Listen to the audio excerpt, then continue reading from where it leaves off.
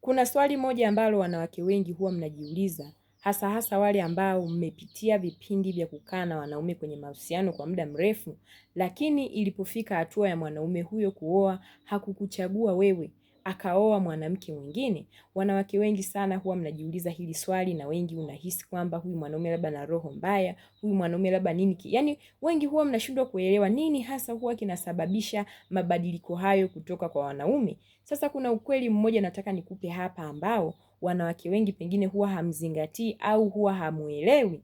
Mwanaume anaweza kukaa na wewe kwenye mahusiano kwa miaka 5, pengine kwa miaka 4 au kwa miaka 3, lakini pengine yeye alisha kutoa kwenye mlengo wa wewe kuwa mkewe baada ya wewe na yeye kudeti kwa miezi 6 tu ya mwanzo.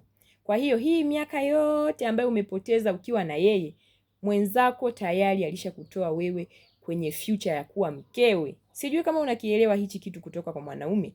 Mwanaume anapokaa kwenye mahusiano na mwanamke kwa muda, huwa anapata nafasi ya kumsoma mwanamke, tabia zake, mienendo yake, misimamo yake. Kwa hiyo kuna namna akishagundua kwamba mimi na huyu mwanamke kuna namna hatuendani kimisimamo. Huyu mwanamke hawezi kunisikiliza. Huyu mwanamke kwenye hiki 1 2 3 namuona mimi na yeye tutapishana sana. Huwa anaamua kukuacha wewe kimya kimya. Yaani kinachotokea, wewe unaweza kuendelea kubaki kama mwanamke wake, lakini sio future wife wake. Sijui kama unaelewa. Yaani anaendelea kukuweka wewe kama mwanamke wa kukutumia tu.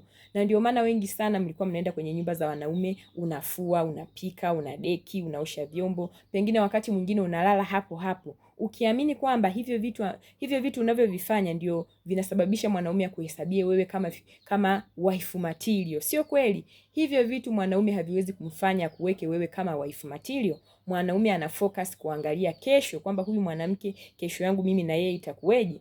Hawezi kuangalia kwamba wewe unaosha vyombo, unadeki, sijui unafua, kwamba eti ndio utakuwa wife material. No, kuna vitu ambavyo yeye anaweka kipaumbele kuvitazama kutoka kwa mwanamke. Kwa hiyo mwanaume anapokuwa kwenye mahusiano na wewe na akagundua kabisa kwamba mimi huyu mwanamke kwenye hiki 1 2 3 hatuwezi kuendana, huwa anakuacha.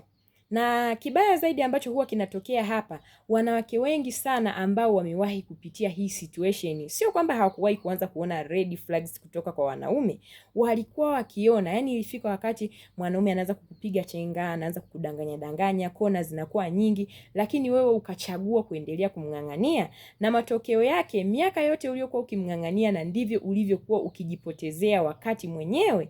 Kwa hiyo usije ukafikiri kitendo cha mwanaume kuamua kuoa mwanamke mwingine ni kitendo cha siku 3 au siku 4. Hiyo ni process ya muda mrefu. Mwanaume huwa amejipanga, huwa amechunguza, amejiridhisha na anaamua kwamba mimi huyu hawezi kuwa mke wangu. Kwa hiyo wanawake wengi lazima muielewe hii. Ukishaona mwanaume wako ambaye uko naye kwenye mahusiano, mlikuwa vizuri tu, lakini ameshaanza kuwa na chenga, ameshaanza kuwa na kona. Yaani wewe utakapoanza kujiuliza maswali kuhusu mwanaume huyu, kwamba hivi huyu atanioa kweli? Hivi huyu mbona haeleweki? Mbona huyu hiki na hiki? Yaani hicho unachojiuliza unatakiwa kukaa chini na ukifanyia uchunguzi vizuri. Pengine uko sahihi, huyo mwanaume ameshakuacha.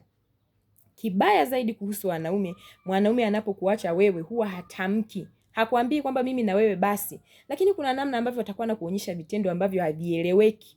Kiukweli ukishaona humuelewi mwanaume, elewa kwamba kutokumuelewa huko kuna jibu ndani yake. Sijui kama unaelewa. Nadhani sasa wanawake wengi mtakuwa mmeelewa kitu ambacho mlikuwa hamuelewi kuhusu wanaume.